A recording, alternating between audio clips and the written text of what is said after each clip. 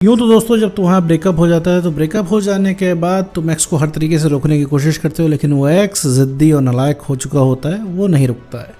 कितना भी तुम उसके ऊपर ट्राई कर लो, कितना भी तुम हथकंडे आजमा लो, डरा लो, धमका लो, प्यार से बोल लो, पुचकार लो, लेकिन भैया उसे नहीं सुननी होती है। एकदम निडर होकर वो इंसान डंके की चोट पर रिलेशनशिप तोड़ के चला जाता है। और ऐसे केस में तुमको लगता है कि यार सारी याद तुम्हें ही आ रही है, तुम्हें रिलेशनशिप बचाना है, एफर्ट भी तुम ही लगा रहे हो, और वो इंसान मजे से बैठा हुआ है। उसे कोई पड़ी नहीं है रिलेशनशिप बच रहा है कि नहीं बच रहा है, ना उसे कोई याद आ रही है, ना वो इमोशनल हो रहा है। तुम कोई पुरानी फोटो वीडियो भी अपनी भेज रहे हो, उसे कोई फर्क नहीं पड़ रहा है। जिस शहर में तुम रहते हो उस शहर की बातें बता, हम लोग पहली बार यहाँ पे मिले थे, वहाँ पे मिले थे, पुराने मोमेंट याद दिला रहे हो। लेकिन भैया वो दाएं कान से सुन रहा है, बाएं कान निकाल दे रहा है। लेकिन आप पुरानी वीडियो देख रहे हो, पुरानी जगहों पे जा रहे हो, तो आपको सारे जो है आशिकी के मर्म याद आ जा रहे हैं। आपको लग रहा है आपका प्यार कितना सच्चा है, आप कितने बड़े आशिक हो। और फिर इसके बाद बहुत कॉमन क्वेश्चन जो आता है आपके दिमाग में कि क्या एक्स हमें 5 मिनट भी याद करता होगा, या फिर एक्स हमें याद क्यों नहीं करता। भैया ब्रेकअप हुए 1 साल हो गया, क्या एक बार एक्स हमारे पास कॉल नहीं कर सकता था। तो इन्हीं सबका सवाल मैं इस वीडियो में देने वाला हूँ। साथ में ये भी समझेंगे कि भैया आखिर एक्स पार्टनर जाता ही क्यों है। तो चलिए बिना वक्त गवाए इस वीडियो को शुरू करते हैं। देखो मेरे दोस्त की क्वेश्चन ये था कि अगर तुम्हारा ब्रेकअप हुआ है, ब्रेकअप होने के बाद तुम्हारा एक्स पार्टनर तुम्हें याद क्यों नहीं करता है, या फिर याद करता भी है कि नहीं करता। क्या पता वो भी याद करता हो और तुम्हें बताता ना हो, क्या पता तुम्हारे कॉल टेक्स्ट का वेट कर रहा हो। अगर ऐसे सवाल अगर तुम्हारे जहन में आते हैं तो मेरे दोस्त तुम बिल्कुल गलत हो। एक्स तुमको 5 मिनट भी नहीं याद करता है, 5 मिनट भी नहीं याद करता है। सुनने में थोड़ा कड़वा होगा लेकिन सच है। लेकिन यहाँ पे सब कुछ ख़त्म नहीं हो जाता, अभी उम्मीद बाकी है मेरे दोस्त। और कितने % बाकी है, वो है 100%। कैसे कि भैया जब एक्स पार्टनर याद ही नहीं कर रहा है और तो फिर मतलब उम्मीद कैसे बाकी। तो उम्मीद ऐसे बाकी है, तो याद इसलिए नहीं कर रहा है क्योंकि उसे पता है तुम हासिल हो। और ये हमेशा नहीं है कि हमेशा वो तुमको भूल के बैठा रहेगा। जब तक उसे फील हो रहा है कि तुम उसको हासिल हो, जब तक तुम्हारी डोज मिलने की उसको कहीं ना कहीं से उम्मीद है, वो मज़े में है। एक और चीज़, अगर वो तुम्हें याद कर रहा होता ना तो बैठ ना पाता, ठीक है, बैठ ना पाता। इतना बड़ा कोई महान और काबिल नहीं होता कि उसको याद आ रही हो वो बैठा हो। तुम भी तो देखो तुमने क्या क्या नहीं किया अपने एक्स के लिए। सेल्फ रिस्पेक्ट की धज्जियाँ उड़ा ली। तुम किसी की एक सुनते नहीं हो, लेकिन उस एक्स की तुमने 500 बातें सुनी हैं। हर तरीके से अपने आप को जलील कर लिया है। क्या तुम ऐसे ही थे? नहीं थे ना, क्योंकि तुम्हें याद आ रही थी, तुम सब कुछ करने को तैयार थे। आज भी तुम करने को तैयार हो। आज भी वो इंसान बोले ना मेरे घर के आगे आओ रात के 12 बजे, पूरा रात भर एक पर खड़े रहो, हम तुम्हारी ज़िंदगी में आ जाएंगे। तो आज तुम ये भी करने को तैयार हो, ठीक है। तो तुम अपने आप को कंट्रोल रोक नहीं पाओगे, ठीक है। तुम्हें बस चाहिए तो चाहिए तो चाहिए, क्योंकि तुम्हारी पूरी बॉडी मन ज़ोर ज़ोर से चीख चीख के चिल्ला रहा है कि तुम्हें एक्स चाहिए, एक्स चाहिए, क्योंकि तुम्हें सुकून वहीं से मिलता है। क्योंकि भैया रात हो रही है, रात में तुम बात करते थे, बात करने वाला नहीं है तुम्हारे पास। पुराने अनुभव तुम शेयर करते थे, वो कोई नहीं है। साथ में रहते थे, कोई नहीं है तुम्हारे पास, ठीक है। कोई और तुम्हें कॉल टेक्स्ट मैसेज कर रहा है तो उसके कॉल टेक्स्ट मैसेज तुम्हें एकदम बोरिंग लग रहे हैं, तुम्हें बात ही नहीं करनी है, तुम्हें और कोई काम में तुम्हारा मन ही नहीं लग रहा है। तुम्हारा इसमें सिर्फ एक ही काम में मन लग रहा है, वो है एक्स से रिलेटेड काम करने में। अभी तुमको बता दिया जाए तो ये तुम्हारा एक्स वापस आ जाएगा, तुम 50 किलोमीटर पैदल चले जाओगे। मतलब इस समय तुम्हें कोई दूसरा काम दिया जाए तो तुम बिल्कुल नहीं कर पाओगे। 2+2 जोड़ने में भी तुम दिमाग नहीं खर्च करोगे कि 2+2 4 हो जाएगा। लेकिन अभी मैं बोल दूं कि भैया एक्स को पाने के लिए तुम्हें ये काम करना है, तुम एकदम रेडी हो जाओगे। बस ये है कि गारंटी है उसमें एक्स मिल जाएगा, ठीक है। तो अब इस चीज़ को समझो कि ये आ कहाँ से रहा है, ये रिक्वायरमेंट कहाँ से आ रही है, क्योंकि वो इंसान पहुँच के बाहर हो गया तुम्हारी। तो एक्स पार्टनर तुम्हें याद नहीं करता, लेकिन जो है जैसे ही उसे पता लग गया कि तुम अब हाथ से निकल सकते हो, अब जो है तुम मूव ऑन कर रहे हो, अब तुम उसे मना कर दोगे, अब जो आएगा वो मना कर दोगे। तो ये चीज़ जो उसे फील हो गई ना, तब उसे लगेगा अब गड़बड़ है। अब उतना ही तेज़ी से इंसान तुम्हें पीछे भागेगा। देखो तुम में उसमें कोई फ़र्क नहीं है। तुमको लगता है कि बहुत ज़्यादा ढीठ है, बहुत ज़्यादा वो उसके बाद दिल नहीं है, ऐसा कुछ नहीं है।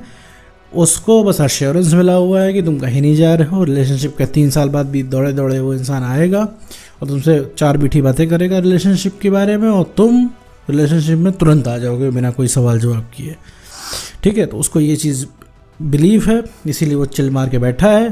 तुम्हारी परेशानी का रीज़न तुम्हारा एक्स है, और तुम्हारे एक्स की परेशानी का रीज़न तुम नहीं हो, बाकी सारी चीज़ें हैं।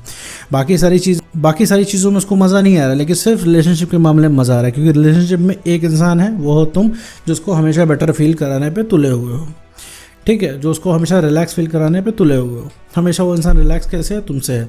अभी तुमको कॉल करेगा, क्या तुम स्टिल प्यार करते हो, लग जाओगे उसको तुम मैसेज करने 10 15 20 50 और पूरी फीलिंग बता दोगे, वो इंसान फिर ठंडा हो जाएगा। तो कहने का मतलब है भैया, कोई भी चीज़ परमानेंट नहीं होती। तुमको अगर ऐसा लग रहा है कोई इंसान किसी को भूल जाता है, तो कोई किसी को भूलता नहीं है। वो बिल्कुल तुमको नहीं भूला, 1% नहीं भूला। जितनी मेमोरीज तुम्हारे पास है उतनी मेमोरीज उसके पास भी है, बस उसने तुमको हल्के में ले रखा है और तुमको तब तक हल्के में लेता रहेगा जब तक तुम आशिक बन के घूमते रहोगे। जहाँ तुमने अपनी आशिकी छोड़ी, जहाँ पे आशिक को जैसा बिहेव करना तुमने छोड़ा, रिलेशनशिप की बातों से तुमने तौबा जहाँ पे की और जहाँ थोड़ा सा भी अपने ऊपर ध्यान देने लग गए, वैसे ही पता नहीं कैसे वो इंसान तुम्हारे पीछे भागना शुरू हो जाएगा। ये तुम्हें भी पता नहीं चलेगा। ठीक है, छोटी सी बात है, बहुत ही ये फैक्ट है कि भाई देखो, किसी भी इंसान की नज़रों में अगर तुम्हारी वैल्यू नहीं है तो भैया उसको कितना भी तुम कहो, कितना भी हवाला दे डालो, कितना भी समझा डालो, कितने बड़े बड़े ज्ञान की बातें कर लो, वो उठ के नहीं आएगा तुम्हारे पास। और तुम्हारी वैल्यू है तो वो भागता रहेगा भागता रहेगा भागता रहेगा तुम्हारे पीछे। जैसे तुम हो, भागते रह रहे हो, तुम्हें रोकने वाला कोई नहीं है भैया। तुम वही कर रहे हो जो तुम्हारा मन कर रहा है, एकदम तुम अपने मर्जी के मालिक हो चुके हो। तुम्हें कोई कितना भी समझाए तुम रुकोगे नहीं, पीछे भाग रहे हो। और वो अपनी मर्जी का मालिक है, उसको कोई कितना भी समझा ले, कितना भी रोकने को बता ले, वो रुकेगा नहीं। उसको नहीं रिलेशनशिप में रहना है, वो नहीं रह रहा है। ठीक है, तुमने क्या नहीं करके देखा, तुमने हर तरीके से समझा के देखा, दोस्तों से समझवा के देखा, रोक के देखा, धमका के देखा, प्यार से समझाया, गुस्सा करके समझाया, लेकिन वो नहीं समझा। क्यों नहीं समझा? क्योंकि जिद है उसकी, जैसे तुम्हारी जिद है रिलेशनशिप में रहना। ठीक है, प्यार में कुछ बचा नहीं इस रिलेशनशिप में, एकदम पूरी तरीके से एक दूसरे में बहस हो गई है, सारी कहा सुनी हो गई है, जो नहीं कहना चाहिए वो भी आपस में कह लिया है। अब क्या है, सिर्फ तलब ही तलब बची रह गई है कि अब वो इंसान मिल जाए, और वो भी इंसान नहीं, वो पुराना वाला इंसान तुम्हें चाहिए जो रिलेशनशिप की शुरुआत में था, जो बहुत लविंग था। 50 रीज़न तुम्हारे पास इस समय है खुद को उसके पीछे भगाने के, कि वो वक्त बहुत बढ़िया था, वो इंसान तुम्हारे लिए परफेक्ट है, सब कुछ बढ़िया था, ख़राब कैसे हो गया, हम वापस से सब सही कर लेंगे। देखो मेरे दोस्त, ये सारी चीज़ें पटरी पे आ जाती है, लेकिन तुम्हें करने से नहीं। ठीक है, इन सब चीज़ों पर वर्क करोगे कभी नहीं सही कर पाओगे। वर्क करना है सिर्फ तुम पे। इतना समझ लो, अगर अपने एक्स में कोई बदलाव देखना है, तुम्हें एक्स में कोई परिवर्तन नहीं करना है, परिवर्तन करना है खुद में।